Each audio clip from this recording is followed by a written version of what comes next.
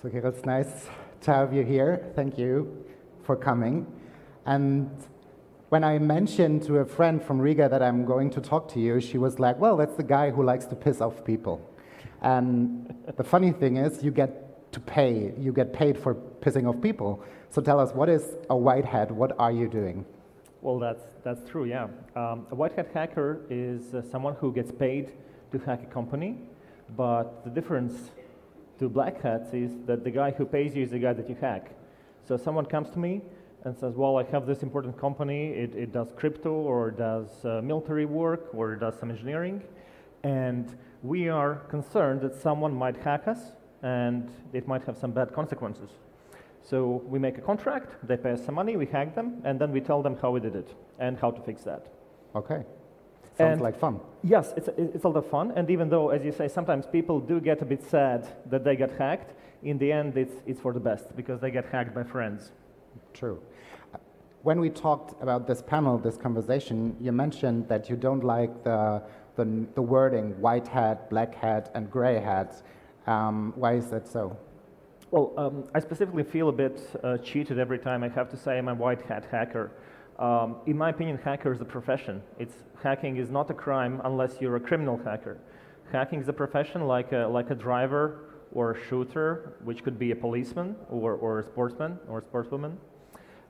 Same as hacking. So we are forced in this paradigm where I have to tell I'm a white hat hacker, even though I do try to sometimes provoke people into thinking by just saying I'm a hacker and think of it what you will. What's a typical reaction when you say I'm a hacker? Oh, it depends, it depends on the country. In Latvia, I think they are used to me, so they know what it means that I'm a hacker. But abroad, sometimes, yeah, we can call the police, man. Okay. So you said it's like hacking is like being a policeman or being a craftsman. How do you end up as a hacker? Or let's stick to the wording which you don't like, but let's stick to it. When did you decide to become a white hat hacker? Oh. Well, for some people, I believe they don't really decide, and that's what we in the industry call gray hats. And it's not a professional decision, it's a moral decision. So a professional decision for me was I like hacking, and before that, my thinking was, I like to understand how things work, how things are built. I'd like to take a look and reverse engineer them. But ethically, I think I was around 13. I was in school, and I got really angry at one of the teachers. So taking my skills, and I've been working with computers since age of 7, before even the classical computers. So taking my skills, I sent a fake email from the teacher that I was mad at to the IT teacher, and they found out. they found me. It was way before GDPR. Yeah. It was way before GDPR.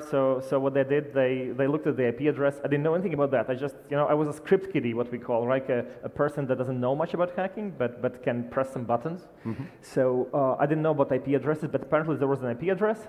And they called the network company, before GDPR this was, mind you, and they kindly asked, can we please get the physical address for the guy? And they gave it the address. But what they perceived as me being smart, I didn't do it from my own home. What they perceived was me being smart was actually me not having internet at home. So I went to another guy across the yard to do that. And then they looked in a different registry, and okay, so the only guy that lives near that house is this guy, and that's how they got me. I was really, really young, and that made me think a lot about the path I want to take. That was the first step, Along my journey, I had other chances to become bad. So far, I've always chosen the good side. Okay. So you mentioned the gray version of hackers, which we stick to the notion. Was there ever a time where you were tempted to go on the dark side? Yeah, there are two stories. I think the most interesting one was after I founded my company already. It was a couple of years after I founded the company, and the first thing that we, with the other founder, decided that we're going to do, we're going to build the demand for hacking when I build a demand for cybersecurity, because here in Riga, here in Latvia, and even in the Baltic states as a whole, it was not there really in 2013. Maybe fintech, maybe finance sector a bit, but no more than that. So we spent some years doing that, and when we were done doing that after a year or two, we started aggressively looking for customers, and we started campaigns. So one such potential customer approached me. He sent me an email asking to meet and discuss the job, which was okay before COVID. We met people. So we met with a guy in a cafe, and he's telling me, well, I flew in here by plane from a country I'm not going to name, and I heard that you guys are the best. We need you to hack us. We want to find the vulnerabilities. And we talk a bit about what we do, how we do it, what information we need. And then he mentioned something that struck me as odd at the time. He told me, well, we only want to know the most vulnerable part of the system. We only want to know the most dangerous vulnerability. We're not interested in the full coverage, which is usually what the customer wants. They want to plug all the possible holes, because hacker only needs one. You need to plug them all. But this potential customer, wanted just to find the most dangerous vulnerability. And I found it a bit strange. And I said, okay, well, if you want, that is going to cost less. This is going to be, we're going to have a different process. We can do that. And then when we agreed on all the details, as we were going to get up and leave, he mentioned, well, there's just one more thing. The system you're going to hack, it's not really ours. So I asked, whose system is it? Well, it's our competitor's system. And then we sat back down and had 10 more minutes of a chat. I explained that we don't do that there are black hats in the world that do that. And he had the nerve to ask me for contacts. Maybe I know black hat. And I said, nope, sorry. And he was begging, he was crying. He told me, my boss is going to kill you.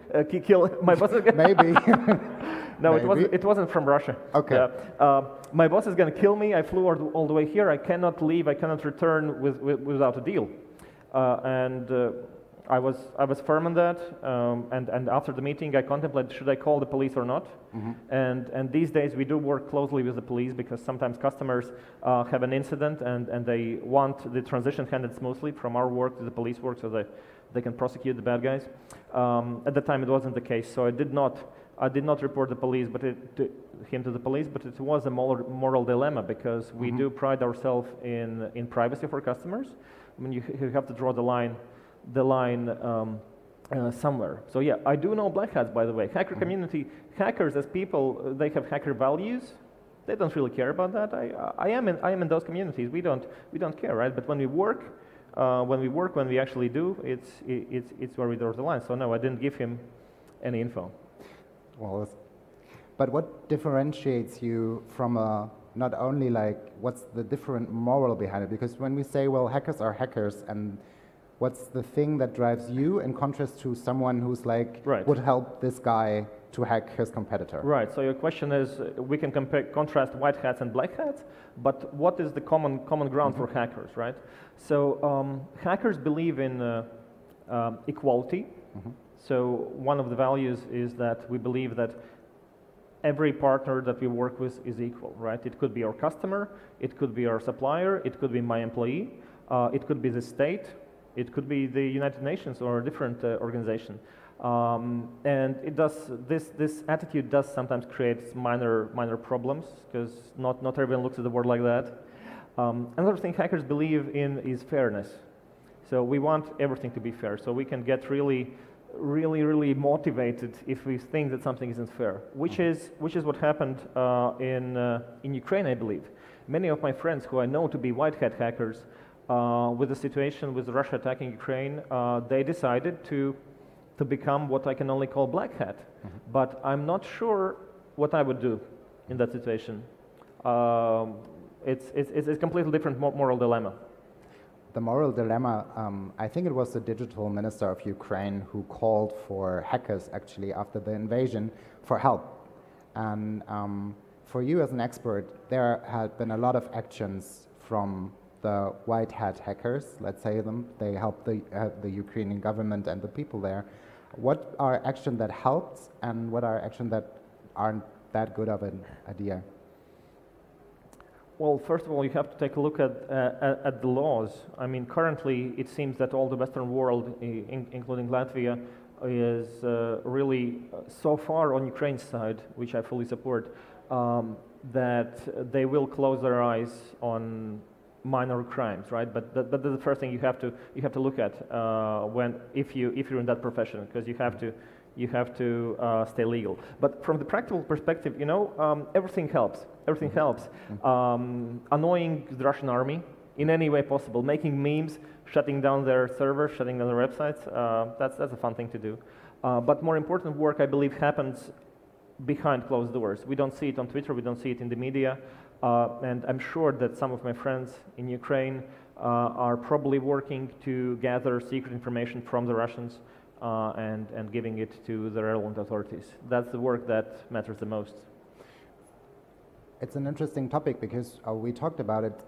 As Latvians, you are used to a different level of threat, I guess, than I'm coming from Germany, and now all of a sudden the cyber war topic is a topic. What differentiates Latvia, for example, from Western Europe in terms of cyber threat, or what you experienced in the last years? Well, it's not just cyber. Where we're coming from is, and we've been trying to tell you guys this for 10, 20 years, right? It was way before cyber, but also including cyber, right? The hard part about cyber is, can you actually distinguish a cyber attack from a cyber war? Where does the cyber war begin? Now, since the kinetic phase of 2020 war in Ukraine started on the 24th of February, we can attribute what's been happening to cyber war from Russia against Latvia. But how long it's been happening, it's really hard to tell. 5 years ago, probably. 10 years ago, probably. And one of the challenges here is that what we see on the battlefield, I think we also see in the cyberspace. Russian military is just so terrible that maybe they've been doing cyber war against Latvia for 10 years and we just haven't noticed it, right? Maybe they failed miserably. We don't really know, so that's one of the things. But we have seen some campaigns. I remember there was a super small press release that wasn't too widely published at the end of year 2015. It was discovered that Russians were inside the systems of Interior Ministry here in Latvia, and that they've been there for a prolonged period of time. I don't believe that they published how long was the prolonged period, but those are so-called APT attacks, Advanced Persistent Threats, and those are one of the most dangerous attacks, because the mission of the adversary is to get into the system and stay there unnoticed. Right? You can do a lot of damage if you just go in, smash the digital door, and shut down the system. But if you are in there for years and years and no one notices you, you can get access to data, you can modify it. I'm not informed about which specific system they were in, right? But if you imagine it's a citizen registry, right? They can create fake personas, create fake passports, do a lot of that stuff. But that's just speculation. I'm not aware of which system they were in specifically. You said a little bit earlier that we are telling you that for 10 years about the dangers. When it comes to companies, we talked about that a lot of companies enjoy the benefits of the digital transformation, business models, more customers, more services, but they often lack to think about security. You get hired to find this lacks. What is to look like in the background, what are things you find which are most common and you always say, oh, not again? Well, just recently, and for protection of the customer, I can name a period. Like in the last 2 years during COVID, we had a test. We were pen testing a customer, and we found passwords from literally 20 years ago. Right? I'm afraid I can't disclose any more about the password without breaching confidentiality, but looking at the password, not just the quality of the password, but the content of the password informed us clearly that this password was set 20 years ago and it wasn't changed in 20 years. And it was the administrator's password. Okay. And it was the same for 20 different systems, or even more. So we had a lot of fun with that engagement. We hacked everything, right? That's one of the things. But Also, in many cases where a company has hired good talent that can actually protect the digital infrastructure, what they lack is training for their employees. So human vulnerabilities is always a potential factor. We have people simply clicking on links, and we have people writing in passwords in different forms. And I know that currently there's a lot of debate amongst my peers if we should keep punishing or if we should keep pointing fingers at people who just at users who just click on links, right? Maybe it's okay, maybe it's our fault, maybe we haven't made the system secure enough that a user clicks on a link and it's compromised, right? But currently, with the current systems that we have in the world, that is the situation. Users have to bear some responsibility for that. And I find that it's similar to how some other safety systems work. For example, fire safety. In all of Europe, I believe, including the Baltic states, you have to have these fire safety drills. Now, I know that some of you frown upon them, but we have them for a reason. And the reason is simple. If we had to have a fire marshal, one person per one employee, we would run out of people, right? And then if we have to have a work safety specialist, again, we have one employee, he has a fire marshal, and they also have a work safety specialist. And then we have a IT security expert, right? We have 3 people standing behind you, looking at what you're typing on your keyboard, how you light your matches, how you smoke, or whatever you do at work, right? So it's not sustainable. And that is why we turn to users. That is why we ask that users train, that users play a part in providing the security. So those are, two of the most common ones, I would say: bad passwords, including in admins, and users. And since a lot of high-level people in the companies are probably here today and maybe watching online, one more thing. What we see a lot, and where we actually have owned, that means hacked, some systems because of that, we see that VIPs want VIP treatment. System administrators say, I'm super smart, I don't need a firewall, I don't need an antivirus, and then the CEO comes and says, yeah, I'm also super smart, I want admin privilege to my computer, I don't want to ask you every time I need something, I want to do everything. And they get that, and then we come and hack them because of the extra privileges. So that would be the third thing. Okay. Everyone heard carefully, I hope. But here are also a lot of startups, and they don't have the budget of a corporate to invest in cybersecurity, though. So what would be your advice to founders to keep in mind when starting a business or leveraging a business? Well, Johannes, one question that I've been asking myself since I founded the company almost 10 years ago is, why is it that if you have an office, most of the companies will pay for a security alarm and will pay a monthly fee, but just a tiny bit of the companies will actually pay for cybersecurity services? If in the physical world your only threat are the local criminals, but in the digital world your threat is the criminals of the whole world, including criminal gangs, including governments, including script kiddies. And I don't have an answer to that question. But yes, it's true. Cybersecurity, of course, costs something. You cannot be an expert in everything. If you're an expert in a cryptocurrency, you do that. If you're an expert in building robots, you do that. You don't do cybersecurity. Well, the good news is that cybersecurity can start. The entry prices are really entry level, right? I'm not here to advertise, but we do have a red teaming engagement available for $2,500. You have to explain what red teaming is. Oh, what red teaming is, right. So red teaming is what that guy from abroad asked me to do, but now we found a way to do it. In red teaming, instead of pen testing, where we take a look at all the vulnerabilities, in red teaming we go for the holy grail. We try to access your customer database, we try to access your trade secrets, we try to put a file on the CEO's personal laptop. That's what red teaming is. And red teaming is good for testing your cybersecurity posture, where you are, how good are your people, how good are your technologies. And yeah, so that's one of the things that you can do. That's one place where you can start. And it's actually been really popular with our customers since we implemented it, since we started offering it about a year ago. Okay. So that's one of the things. But yes, cybersecurity can cost you anywhere starting from 200 euros per month up to 3,000, 4,000, 5,000 euros per month. I'm talking about small to medium companies here. It all depends, yes. And a rule of thumb, for every 75 employees, you should have one full-time dedicated cybersecurity person on the team. Not IT person, cybersecurity person, right? And that's not something that we can help you outsource. We believe strongly that for you to be safe as a company, you need to have the talent in-house, right? There is this limit, right? If you're a 10 people company, 20 people company, maybe you can manage that. But to manage all the risks that is generated by 75 or more employees, and business, of course, as you know, is risk. We risk on a daily basis to make money.